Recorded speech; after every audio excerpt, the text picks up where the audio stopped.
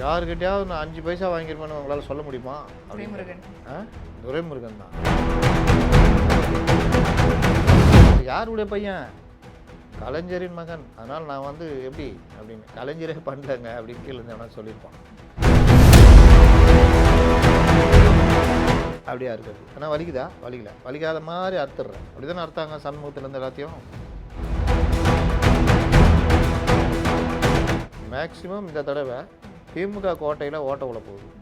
ஓட்டையை போட போகிறது விஜய்.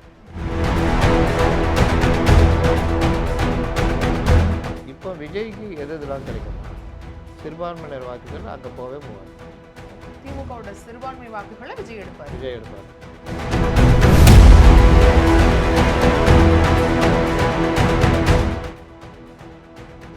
பை தி பீப்பிள் நேயர்களுக்கு வணக்கம். நான் பவித்ரா சேவியர். இன்றைய நேர்காணலில் நம்மோடு இணைந்திருக்கிறார் மூத்த பத்திரிகையாளர் முத்தலீஃப் அவர்கள். அவர்கிட்ட பேசலாம். அதற்கு முன்னாடி இந்த வீடியோ பிடிச்சிருக்கு அப்படின்னா லைக் பண்ணுங்க. இந்த மாதிரியான பொலிட்டிக்கல் சம்பந்தமான வீடியோக்கள் பார்க்கணும் அப்படின்னா பை தி பீப்பிளை சப்ஸ்கிரைப் பண்ணுங்க. இந்த வீடியோவை உங்களுடைய நண்பர்கள் மற்றும் உறவினர்களுக்கு ஷேர் பண்ணுங்க. வாங்க சார்ட்ட பேசலாம். வணக்கம் சார். வணக்கம் சார். வேட்பாளர்கள் பட்டியல் அறிவிக்கப்பட்டுருச்சு. பிரச்சாரம் களத்தில் ரொம்ப பரபரப்பாக ஒவ்வொரு தலைவர்களும் பிரச்சாரம் பண்ணிட்டு இருக்காங்க அப்படிங்கிறத பார்க்குறோம். இதில் பல்வேறு குளறுபடிகளும் பல்வேறு பிரச்சனைகளும் நடந்துகிட்டு இருக்கு. ஒவ்வொரு இடத்துல பட்டாசு வெடிக்கிறது, அதனால காயமாகிறது. அதற்கப்புறம் பிரச்சனைகள், பாட்டில் வெடிக்கிறது, சொல்றது அதுவும் நடக்குது. பாட்டிலை தூக்கி அடிச்சிருக்கிறாங்கன்றதை பார்க்குறோம். தாவேக்காக்கு அது கண்டனம் நிறைய பேர் தெரிவிச்சிட்டு இருக்காங்க. அதற்கு அவங்க பதிலில் ஏதோ தனிப்பட்ட நபருக்குள்ளே நடந்த ஒரு சண்டை அப்படின்னு ஒரு பதில் கொடுக்கப்படுது. ஆனால் பெண்கள் மேலே வீசப்பட்டிருக்குங்கிற புகைப்படங்கள்லாம் வருது. எப்படி பார்க்குறீங்க? இந்த சம்பவத்தை எப்படி கொண்டு போகணும்னு நினைக்கிறீங்க? அதாவது தமிழகத்தில் தேர்தல் களம் சூடு பிடிச்சிருக்கிறது. ஒவ்வொரு கட்சிகளும் கிட்டத்தட்ட இறுதிப்படுத்திட்டாங்க. எப்போவுமே ஸ்லோவாக இருக்கிற தாவேக்காவும் இந்த தடவை வேகம் பிடித்து வேட்பாளர்களை அறிவித்து விட்டார்கள். அதில் ஒரு 106 பேர் கட்சியினர் இல்லாமல் புதுசாக வந்தவங்களுக்கு, காலையில் வந்தவங்களுக்கு கூட சீட்டு கொடுத்துக்கிறாங்க. வந்தவுடனே அப்படி உள்ளே வரும்போதே இந்தாங்க வாங்கிட்டு போங்க அப்படின்ற மாதிரி. அப்போ அந்த மாதிரிலாம் வந்து கிட்டு ஒன்று கொடுத்துருக்காங்களா எல்லா வேட்பாளருக்கும் தாவேக்கா சார்பாக. தொகுதி பற்றி என்ன தொகுதியும் தொகுதி பற்றி விவரங்கள், நீங்கள் என்ன செய்யணும், எப்படி இப்படி இது பண்ணணும், உங்கள் பிரச்சாரம் எல்லாம் ஒவ்வொரு தொகுதிக்குமே அந்த மாதிரி இப்படி உள்ளே வரும்போது இந்த அப்படிங்க இது என்னங்க நான் கிஃப்ட்டெல்லாம் கொடுக்குறேன். யோ கிட்டியா இது கிஃப்ட் இல்லை அப்படின்ட்டு வரும்போதே வேட்பாளர் அப்படிலாம் வந்த பின் வேட்பாளர் வரும் முன் வேட்பாளர் வந்து கட்சியில் சேர்ந்த உடனே இன்னைக்கு நேற்று இன்று நாளை அந்த மாதிரி. அப்போ 106 பேருக்கு அந்த மாதிரி கொடுத்தாங்க அப்படின்றதெல்லாம் அவங்க. அப்புறம் விஜய் பிரச்சாரம் போனார். வழக்கம் போல் ரோட் ஷோ, வழக்கம் போல் நெரிசல். கேஸ் வாங்கியிருக்கு. நல்ல வேலை. கேஸு வாங்குறது ஒரு பக்கம், அது உயிரை வாங்கியிருப்பாப்புல. நல்ல வேலை அன்னைக்கு நடந்தது. மாடி மேலே இல்லாமல் நின்னதுலாம் ஏதாவது ஒன்று ஆயிருந்தால் நல்ல வேலை எதுவும் நடக்கலை. அப்போ அவர் அதுக்கப்புறம் அந்த பிரச்சாரத்தை ரத்து பண்ணிட்டார். இதுக்கப்புறம் மற்ற இடங்களுக்கு அவர் போக போகிறாரு. அதிமுக ஆரம்பத்துலேருந்து ஸ்பீடு, அவர்கள் எல்லாத்துக்குமே கடன்னு முடிச்சிட்டாங்க. இப்போ பாஜக மட்டும் அந்த லிஸ்ட்டு வரல, யார் யார் வேட்பாளர்கள்ன்றது பெரும்பாலும் தெரியும். இருந்தாலும் அது அவங்க அறிவிச்சாதான் கரெக்டாக இருக்குன்ற மாதிரி போகுது. அவர்கள் பிரித்ததையும் வந்து கரெக்டாக பிரிச்சுக்கிட்டாங்க. இவர்கள் என்னென்ன சொன்னாங்களோ அதெல்லாம் இங்கே நடந்துச்சு.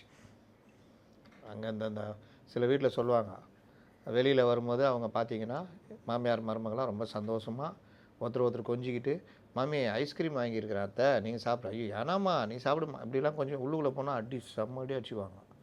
இவங்க மற்ற குடும்பத்தை சொல்லுவாங்க அந்த குடும்பம் மோசமான குடும்பம்னு. ஆனால் அந்த குடும்பம் நல்லாயிருக்கும், இந்த குடும்பம் இந்த பிரச்சனையில் இருக்கும். அந்த மாதிரி எங்கள் ஜொல்லாவில் அது இது என்னென்னா சொன்னாங்களோ அதெல்லாம் இங்கே நடந்துச்சு.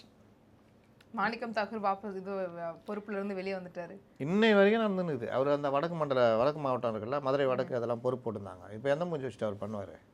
அதனால் எப்போவுமே காங்கிரஸ் வேலை செய்ய மாட்டாங்க, இருந்தாலும் பொறுப்புன்னு இருக்கும். இப்போ அதையும் இது பண்ணிட்டார். அப்போது இன்னை வரைக்கும் ஜோதிமணிலேருந்து எல்லாருமே, நேற்று பாருங்கள் அவர் அந்த பிலிப்ன்றவர் ஒரு அந்த இது விசிகாரங்களை கேட்டிங்கன்னா தெரியும் அவர் எப்படிப்பட்ட மனிதர்னு. கிட்டத்தட்ட திருமாவளவனுக்கு இணையாக அந்த இடத்துல ஒர்க் பண்ணவர். அவ்வளோ ஒரே வருது. அவர் கீழே இறங்க சொல்கிறதெல்லாம் நீங்கள் பார்த்தீங்கன்னா தொகுதியில் அவங்களுக்குள்ளே சர்ச்சை வெடிச்சிட்டே இருக்குது. இதில் ஒரு சின்ன மேட்ரு எடப்பாடியோ இல்லை வேறு யாராவது பண்ணியிருந்தாங்கன்னா அப்படி பெருசாகிருப்பாங்க. இதை கொஞ்சம் அப்படி பண்ணிட்டாங்க, இதை அப்படி இப்படி கீழே விழுந்துட போறியான்னு சொன்னார். நாளைக்கு சொல்லுவாங்க கீழே விழுந்துட போகிறீங்க பார்த்துங்கன்னு சொன்னேன், அதை இப்படி போட்டாங்கன்னு சொல்லுவார். ஏன்னா இன்றைக்கி ஒரு ஏப்ரல் ஃபுல் ஜோக் அடிச்சிருக்காரு பார்த்தீங்களா. இன்றைக்கி ஏப்ரல் 1 தானே. ஆமாம் சார். முட்டாள்கள் தானே. தமிழக மக்களை முட்டாளாகிற வேலை ஒன்று சொல்லிக்கிறாப்புல. என்ன சொல்லியிருக்கு? யாருக்கிட்டையாவது நான் 5 பைசா வாங்கியிருப்பேன்னு உங்களால் சொல்ல முடியுமா அப்படின்னு துரைமுருகன் கேட்டேன். துரைமுருகன் தான். அவரு தனி. அவர் திருச்சியில் போய் நாங்கள் வந்து பாலம் கட்டியிருக்கேன், பாலம் கட்டிருக்கேன் அதை கட்டிருக்கேன்னு சொல்லிட்டு. இடிஞ்சதை திரும்பவும் நான் தான் கட்டி கொடுத்தேன். ஆமாம், அது மட்டும் இல்லை, நான் செஞ்சதெல்லாம் நான் வந்து யாருடைய பையன், கலைஞரின் மகன், அதனால் நான் வந்து எப்படி அப்படின்னு கலைஞரே பண்ணலங்க அப்படின்னு கீழே இருந்து எவனா சொல்லியிருப்பான். அதனால் இந்த மாதிரி ஏப்ரல் 1 அன்னைக்கு பல ஜோக்குகளை இவர்கள் அடிச்சிட்டு இருக்கிறாங்க. அதை தாண்டி வேட்பாளர் இது இன்னைக்கு இவரை ஃபுல்லாக்கி விட்டாங்க. யாரை? வைகோவை. ஆனால் உனக்கு 3 தானே நாங்கள் எடுத்துக்கணும், 1 தானே உனக்கு கொடுத்தோம், இப்போ அந்த 1 கிடையாதுன்னு அதான் தெரியுமே அப்படின்ற மாதிரி. அவருக்கு அந்த தொகுதியில் சின்னம் கிடைக்கலையாம். எது? சுயேட்சை சின்னமே கிடைக்கலையா? இது எப்படி கிடைக்காம போகும்?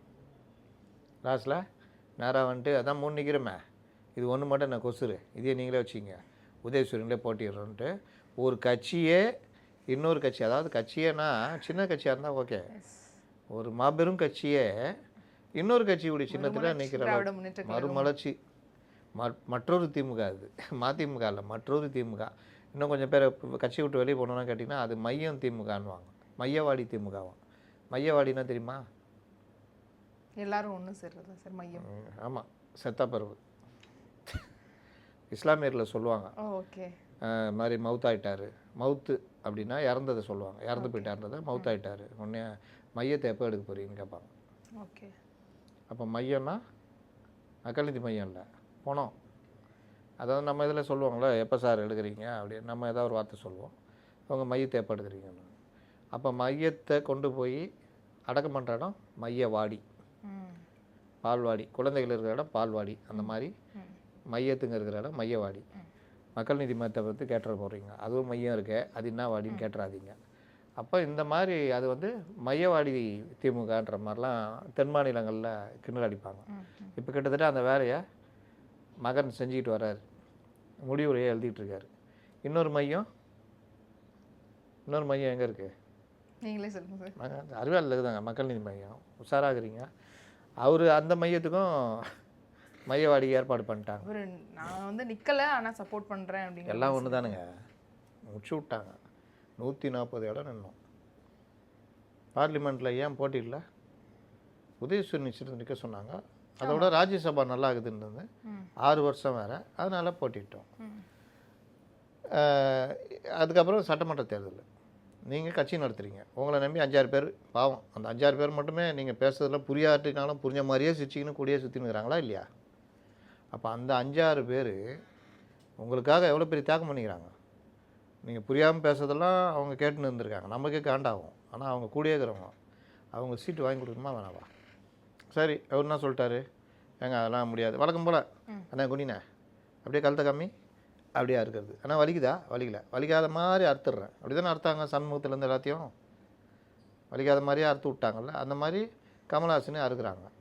அவர் என்ன சொல்கிறாரு, 5 சீட்டு எனக்கு டார்ச்சில் கொடுங்கன்றாரு. இல்லை அங்கே கொடுக்க முடியாது, உதயசூரியன்ன்றாங்க.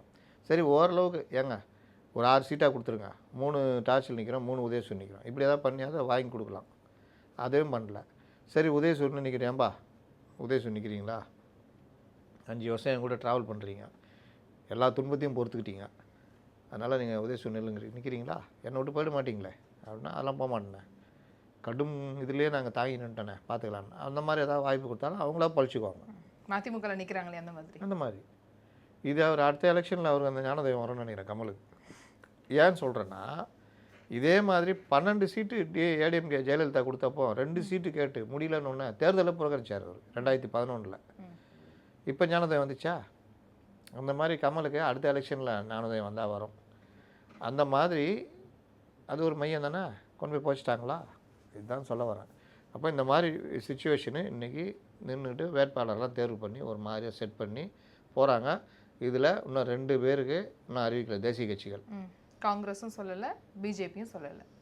காங்கிரஸில் வெளியில் பார்க்கறதுக்கு நல்லாகிற மாதிரி இருக்கும், வரும்போது அடிச்சுக்குவாங்க. இங்கேயும் வந்து சில இதெல்லாம் பிரச்சனைலாம் ஆச்சு, நேற்று கிட்டத்தட்ட பேசி முடிச்சிட்டாங்கன்னு நினைக்கிறேன்.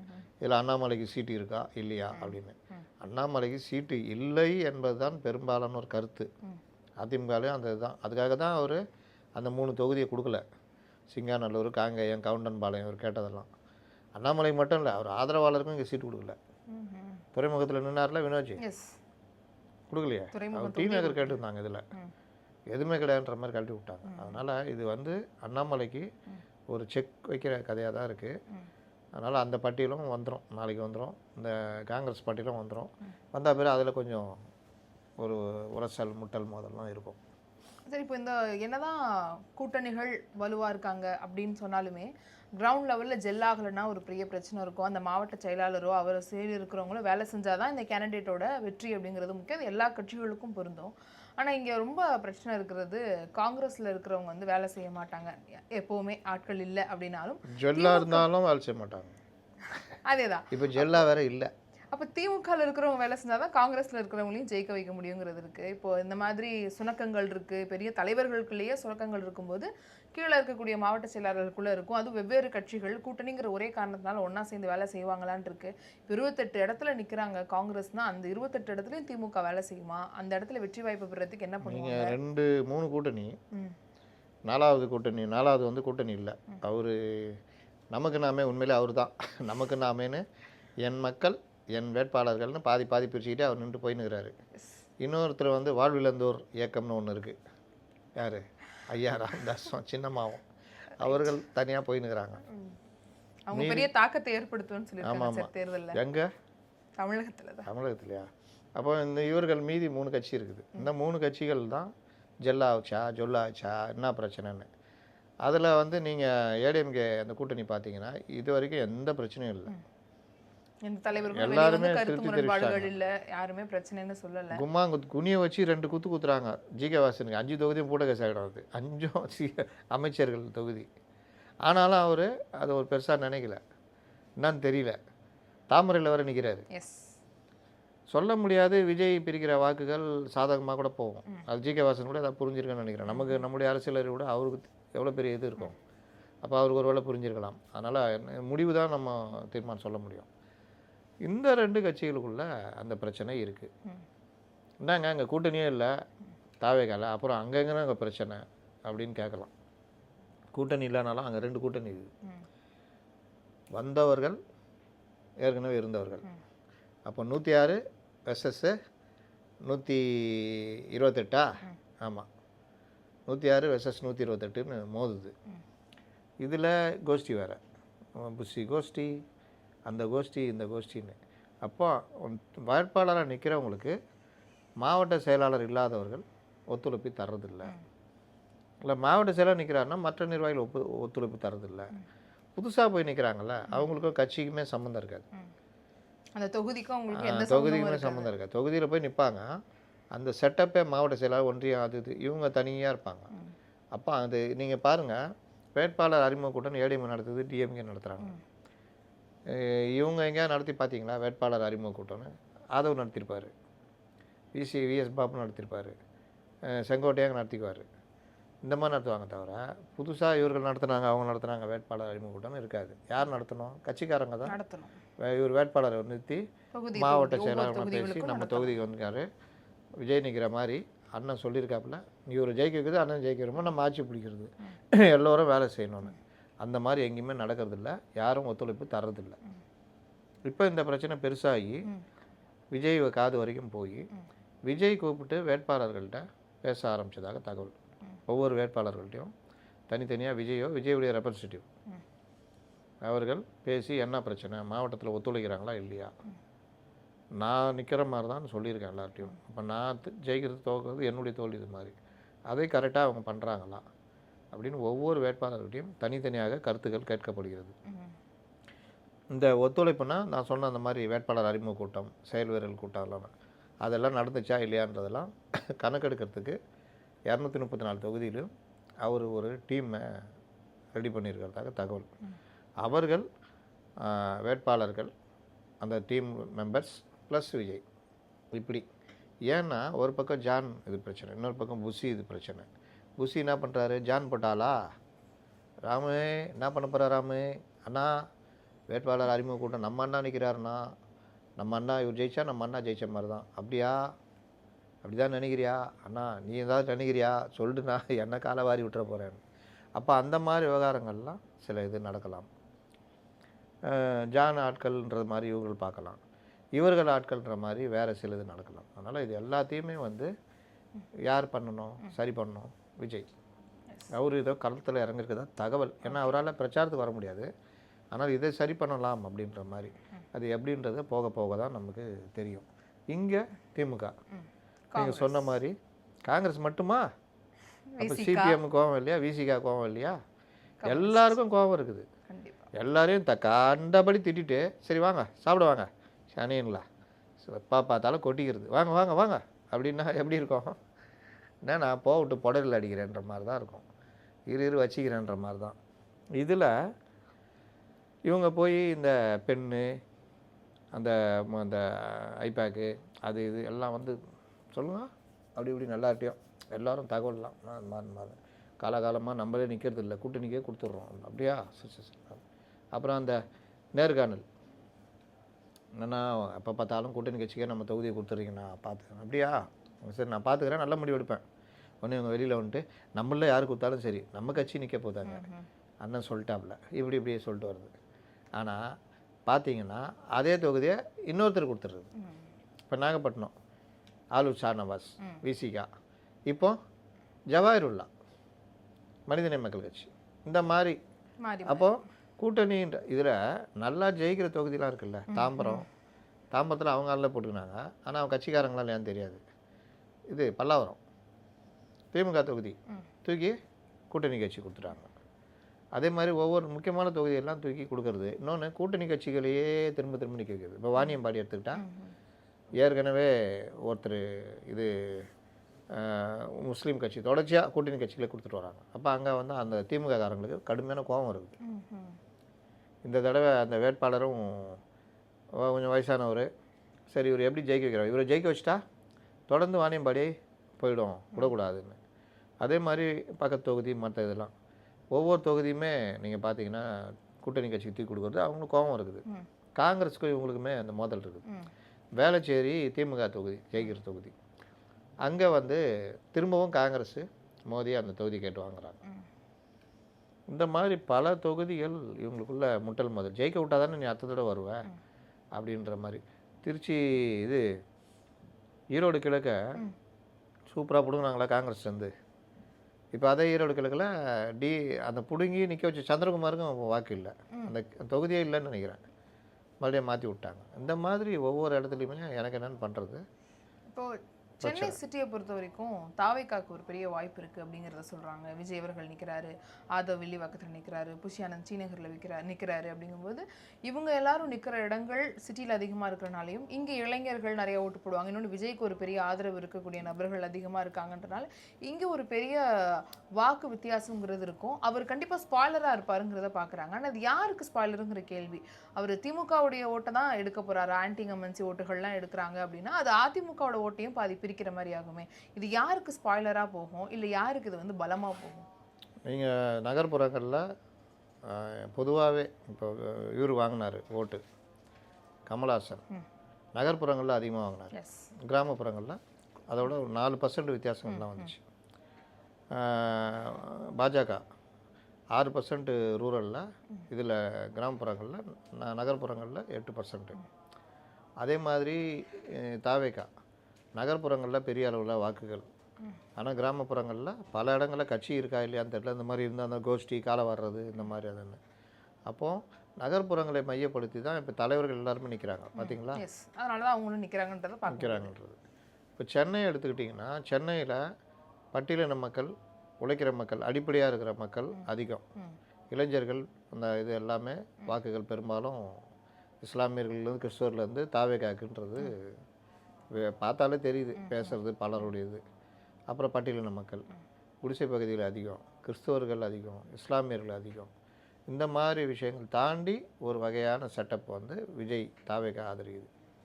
அப்போ சென்னையில் 16 தொகுதி, இந்த 16 தொகுதியில் உங்களுக்கு பல இடங்களில் 20,000 30,000 வாக்குகள் தாவேகாக்கு இருக்குது. இப்போ நீங்கள் சொன்ன மாதிரி அவர் வந்து ஜெயிக்க முடியாது, ஸ்பாய்லராக இருப்பார். அப்போ ஸ்பாய்லர்னால் ஆன்டி இன்கம்பன்சி இவங்களுக்கு விழும். அது ஏடிஎம்கில் இருந்தாலும் வரும் அப்படின்றீங்க. ஆன்டி இன்கம்பன்சின்றதே ஒரு ஆட்சி நல்லா நடக்கலைன்ற கோபத்தில் மக்கள் போடுறது, மாற்றி குத்துவாங்க. அதில் ஆன்டி இன்கம்பன்சியை யார் பிரச்சாரம் பண்ணி கொண்டு போகிறாங்களோ அவங்களுக்கு பெரும்பாலும் விழும். இல்லை கொஞ்சம் இருக்கவுள்ள. இப்போ விஜய்க்கு எது இதெல்லாம் கிடைக்கும்னா சிறுபான்மையினர் வாக்குகள் அங்கே போகவே போகாது. ஓகே, திமுகவோட சிறுபான்மை வாக்குகளை விஜய் எடுப்பார். விஜய் எடுப்பார். இளைஞர்கள் பெரும்பாலும் விஜய்க்கு விழும். பெண்கள் வாக்கு திமுகக்கே இருந்துச்சுல்ல, போன 21 பெரும்பாலும் போட்டான். அது இது போக விஜய் ரசிகர்கள் 2021 போட்டவங்க இன்னும் தமிழ்நாட்டில் தானே இருக்காங்க. அப்போ அந்த செட்டு அப்படியே விஜய். இதெல்லாம் பார்த்தீங்கன்னா திமுகவுடைய கோர் ஓட்டு. அப்போ இவர் கோர் ஓட்டு பிரித்து ஏடிஎம்கிலேருந்து ஒரு 5-6% பிரிக்கிறா வச்சு, ஏன்னா அது எதிர்கட்சி, அங்கே வந்து பிரிக்கிறதுக்கும் ஒன்றும் கிடையாது. அப்போ ஏதோ பிரிக்கிறாரு அப்படின்னா ஒரு 20, 18, 25 இந்த மாதிரி அங்கங்கே வேரியேஷன் வச்சிங்கன்னா 50,000 ஓட்டு. இப்போ 2 லட்சம் ஒரு தொகுதியில் இருக்கும். 50,000 ஓட்டு, 40,000 ஓட்டு, 35,000 ஓட்டு, இப்படி வாங்குறது வெற்றிக்கு வழிவகுக்காது. இவர்கள் கீழே இறங்கிடுவாங்க பிரிக்கிற ஓட்டில். அப்போ இவங்க ஒரு 40,000, 60,000 ஓட்டு, 50,000 ஓட்டுன்னா இங்கே அவர்கள் இது வந்து என்ன தான் போனாலும் ஒரு பெரிய அளவில் அந்த ஓட்டு இருக்குது. அவங்களுக்குரிய ஓட்டு இருக்குல்ல, 39% இருக்குது. அந்த ஓட்டு கொஞ்சம் குறைஞ்சா கூட அவங்க 65,000, 70,000 ஓட்டுன்னா இந்த இப்படி ஜெயிச்சிருவாங்க. டிஎம்ஏ ஜாஸ்தி இருக்கும், இவங்க கீழே நடுவில் இருப்பாங்க, இப்படி மேலே இருக்கும். இந்த கிராஃப் பார்த்தீங்கன்னா என்டி அடிக்கிறது வாய்ப்பு இருக்குது. சில இடங்கள்ல இப்படி போயிடும், இப்படி போய் இப்படி கூட வந்துடும். அவர் விஜய் நிற்கிற தொகுதி ஆதவர்ஜுனால கொஞ்சம் கஷ்டப்படணும், கஷ்டப்பட்டால் ஜெயிக்கலாம். இல்லாட்டி டிஎம்கே தட்டுரும். அங்கே போட்டி 2 பேருக்கு தான், டிஎம்கே ஏடிஎம்கே 2 பெரும் பண முதலைகள் மோதுறாங்க. விஎஸ் பாபுலாம் ஜெயிக்க முடியாது, ஏன்னா இவர் ஸ்டாலின். அந்த இவர் வேறு என்ன டி நகரில் புஷி நிற்கிறாரு, அது ஜெயிக்கிறது கஷ்டம். என்ன தான் புஷி ஒர்க் பண்ணாலும் ஏடிஎம்கே வாக்கு அங்கே அதிகம். புஷி பிரிக்கிற வாக்குகள் திமுக வாக்குகள் ஏற்கனவே திமுக அங்கே ரொம்ப கம்மியாக இருக்குது. அப்போ அந்த வாக்குகள் வந்து உங்களுக்கு ஏடிஎம்கேக்கு சாதகமாக போகும். அண்ணா நகரில் சொல்லவே வேணாம், வெங்கட்ராமன் போய் நான் யாருன்னு காமிக்கிறதுக்குள்ளே தேர்தல் முடிஞ்சிடும். தமிழிசே அங்கே வெயிட்டாக இருக்காங்க. இந்த கோபங்கள் எல்லாமே அப்படியே பிரிஞ்சாலும் தாவேலு மேலே சொந்த கட்சிக்காரங்களும் அவ்வளோ கோபத்தில் இருக்காங்க. அது விருகம்பாக்கத்தில் இந்த பத்ரின்றவர் நிற்கிறாரு, அவருக்கு ஒரு வாக்குகள் இருக்குது, ஒரு 20,000, 25,000 வாக்குகள். அது நான் சொன்ன மாதிரி பெரும்பாலும் அங்கே இருந்தோம், கொஞ்சம் இங்கே இருந்தோம் வரும். அப்போ அங்கேயும் வந்து விருகை ரவி அடிக்கிறதுக்கு வாய்ப்பு இருக்குது. இந்த மாதிரி பல இது வந்து உங்களுக்கு மேக்சிமம் இந்த தடவை திமுக கோட்டையில் ஓட்டை விட போகுது. ஓட்டையை போட போகிறது விஜய். ஓட்டை போட்டோன்னே உள்ளேருந்து வெளியே விழுறத கேட்ச் பிடிக்க போகிறது அதிமுக. இப்படி தான் போகுன்றது என்னுடைய கணிப்பு. ஓகே, இவங்க ஆம்ஸ்ட்ராங் அவர்களுடைய மனைவி நிற்கிறாங்க சார் திருவிக்கா நகரில். இப்போ அங்கே வந்து கண்டிப்பாக அவங்க வெற்றி வாகை சூடுவாங்க அப்படிங்கிறது தான் எல்லாருடைய கணிப்பாகவுமே இருக்குது. அதை வந்து திருமாவளவன் அவர்கள் வரவேற்று பேசியிருந்தாரு. அதுவும் அவங்களுக்கு பாதுகாப்பு கொடுக்கறது ரொம்ப முக்கியம் அப்படிங்கிற மாதிரி பேசியிருந்தாரு. அந்த ஒரு கருத்தை எப்படி பார்க்குறீங்க? அது ஒரு திருமாவளவன் ஒரு மதிப்புமிக்க தலைவர் அப்படின்ற ஒரு பொறுமையாளர். யாரையும் அவர் திட்டி பார்த்துருக்கீங்களா? ரொம்ப கடுமையாக பேச மாட்டார். அந்த வகையில் அவருடைய நாகரிகத்தை அவர் காமிச்சிருக்காரு. அவங்களுக்கு உரிய பாதுகாப்பு ரொம்ப முக்கியம், உயிருக்கு அச்சுறுத்தல் இருக்குது. அது அவங்க வர்றதை நான் வரவேற்கிறேன், அவர்களுக்கு உரிய இடம் கொடுக்கணும். அந்த ஸ்பேஸை கொடுத்த அதிமுகவுக்கும் என்னுடைய பாராட்டு தெரிவிச்சுக்கிறேன்றார். திமுக அணிலேருந்து இப்படி ஒரு பாராட்டுன்றது உண்மையிலேயே திருமாவளவனுடைய நாகரிகமாக தான் நம்ம பார்க்கணும், நாகரிகமான செயல்பாடுன்றது தான் நம்ம பார்க்கணும். அதே நேரத்தில் துரைமுருகனையும் கண்டிச்சாருன்னா நல்லாயிருக்கும். அட்லீஸ்ட் இப்படியாவது பண்ணணும். நமக்கு இந்த மாதிரிலாம் நடக்குது, ஆனால் இங்கே நாம் அவமானப்பட தேவையில்லை. அம்பேத்கருக்கே நடந்திருக்கு, அம்பேத்கர் இன்னும் வாழ்ந்து கொண்டிருக்கிறார், அவர் அவமானப்படுத்தியவர்கள் காணாமல் போய்விட்டார்கள் அப்படின்ற மாதிரி போட்டாவது அடிங்களேன். நான் கண்டென்ட்டே கொடுத்துட்டேன். ஓகே, சீமானவர்கள் வந்து பிரச்சாரத்தை ரொம்பவே அதிகப்படுத்தி போயிட்டு இருக்காரு. பேச்சாற்றல் ஏற்கனவே அதிகமாக இருக்கிறதுனால பிரச்சாரம்ங்கிறது அவருக்கு ரொம்ப கை வந்த கலை அப்படிங்கிற மாதிரி போயிட்டு இருக்கு. அவருக்கும் ஒவ்வொரு இடத்துலையும் தொகுதிகளில் அவருடைய வேட்பாளர்கள் கண்ணீர் மல்கலாம் பேசுகிறத சில இடங்களில் பார்க்க முடியுது. அது இம்பாக்டை கொடுக்குமா? எப்போவுமே அதிகரிச்சுட்டு வர அவருடைய பர்சன்டேஜ் இந்த தேர்தலில் அதை தக்க வச்சு பாராங்கிற அளவுக்கு ஒரு கேள்வி வந்து நிற்கிது. அது எப்படி நடக்கும்னு நினைக்கிறீங்க? ஒரு ஜனங்க கட்சியை விரும்புகிறாங்கன்னா 2-3 காரணம் இருக்கணும். அதனுடைய முதல் காரணம் அவங்க பக்கம் பேசுறது. 2வது காரணம் ஆளுங்கட்சியுடைய தவறுகளை சுட்டி காமிச்சு எதிர்த்து நிற்கிறது. இவர்கள் முதல் 4.5 வருஷம் அந்த ஒர்க்கில் நல்லா ஸ்பீக்கில் இருந்தாங்க. எது ஒன்றாலும் சீமான் என்ன சொல்கிறாரு அதுன்னு, பேனா விவகாரத்துலேருந்து பரந்தூர் விவகாரத்துலேருந்து எல்லா இதுவும். கடைசி ஒரு 6-8 மாதம் அவருடைய வேகம் மட்டுப்பட்டு விஜயை நோக்கி திரும்பிச்சு. ஏற்கனவே டாப்பில் ஓடுறவங்கள தான் அடிக்கணும். நீங்கள் அந்த ஓட்டை யார் எடுத்துக்க போகிறா? விஜயா இல்லை திருமாவளவனா இல்லை ஏடிஎம்கேவா? அதான் அங்கே மேட்ரு. அதில் விஜய் அவங்களுடைய வர்ற ஆன்டி இன்கம்பன்சியை பிரிக்கிறது கிடைக்கிறத விட கோர் ஓட்டை பிரிச்சுக்கிறார். அப்போ விஜய்க்கு நீங்கள் சாஃப்ட் கார்னர் காமிச்சாதான் நீங்களும் டிஎம்கே ஓட்டை எடுத்துக்க முடியும், உங்களுக்கு விழும். அதே நேரத்தில் விஜய் ஒரு போகிற பாதை சரியில்லை, விஜயினால் வாக்குகள் தேவையில்லாமல் பிரியும், அதை விட எங்களுக்கு கொடுங்க, எங்களுக்கு போடுங்க, அரசியல் தெளிவு உள்ளவங்க இது பண்ணுங்கள், விஜய் குழப்பவாதியாக இருக்கார் அப்படின்னு ஏதாவது சொல்லி கூட கொஞ்சம் வாங்கலாம் ஓட்டை. இவருடைய பெரிய மைனஸ் என்னென்னா, நீங்கள் ஜெயிக்க போகிறீங்களா அப்படின்றது பொதுவான மக்கள் பார்க்குறது. இன்னொன்று, திமுகக்கு எதிராக வேகமாக பேசலை. ஒரு நாள் இப்படி பேசுகிறீங்க, ஒரு நாள் அப்படி பேசுகிறீங்க. இன்னொரு நாள் தாவேக்கால இருக்கிற பெண்களை பற்றி தரக்குறைவாக பேசின பொன்ராஜை ஆதரித்து பேசுகிறீங்க. இதெல்லாம் வந்து பார்க்குறதுக்கு வெளியே ஒன்றும் என்ன அப்படின்ற மாதிரி போகலாம். ஆனால் மௌனமாக ஜனங்க பார்ப்பாங்க, என்ன அந்த விஷயத்தில் இவர் இப்படி பேசுகிறாருன்னு. யாராக இருந்தாலும் பெண்கள் மதிக்கப்பட வேண்டியவர்கள். நமக்கு இப்போ நான்லாம் உடனேயே ட்விட்டர்லலாம் போட்டு அவர் பொன்ராஜி திரும்பி மதிக்கக்கூடிய ஒரு ஆள். ஆனால் கடுமையாக கண்டிச்சோம். ஏன்னா அது கண்டிக்க வேண்டிய விஷயம், யாரையா இருந்தாலும் சொல்லக்கூடாது. அதில் போயிட்டு அவர் ஆதங்கத்தை வெளிப்படுத்தினா, ஆதங்கத்தை இப்படி தான் வெளிப்படுத்துவாங்களா? திமுகவில் போய் வெளிப்படுத்துங்க ஆதங்கத்தை இதே பாணியில். என்ன அவரிங்க பாருங்கள், ஆரம்பத்தில் இருந்தே அவர் பொன்ராஜி தன்னுடைய மதிப்பை மரியாதைக்கு எடுத்துக்கிட்டே வந்தார். திமுக மேடைகளில் பேசுறது, திமுகவுக்கு ஆதரவாக பேசுறதுன்னு. ஒரு கட்டத்தில் கோவை சத்தியன் கூட வாக்குவாதம் ஆச்சு, மரியாதை இல்லாமல் 2 பேரும் பேசிக்கிட்டாங்க. அதெல்லாம் அவருடைய தரம் தாழ்ந்த விஷயம். ஏன்னா இவர் எடப்பாடி பழனிசாமியை மரியாதை இல்லாமல் பேசும்போது அவர் திருப்பிக்கிட்டு 4 வார்த்தை கேட்டார். அப்போ இவர் இந்த மாதிரி வாயாலே கெட்டது. அப்போ அந்த மாதிரி விஷயங்கள்லாம் வந்து இவர் ஆதரித்து பேசுறதுலாம் வந்து பொதுவாக யாரும் ரசிக்க மாட்டாங்க. அப்போ 2024 இவர் கிடைச்ச 8%ல் அண்ணா தம்பின்னு 2 பேரும் உருகுனதில் கிடைச்ச வாக்குகள் 2% கிட்ட வரைக்கும் தாவேக்காவுடைய வாக்குகள் அப்படின்னு எடுத்துக்கிட்டால், இந்த தடவை இவர் அந்த 8% தக்க வச்சாருன்னா அவருக்கு பெருவெற்றி.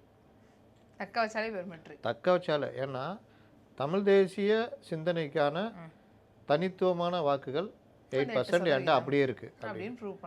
6% ஆயிடுச்சுன்னா இவர் விஜய் வாக்குகள் தான் அந்த 8% கொண்டு வந்தது அப்படின்னு ஆகிடும்.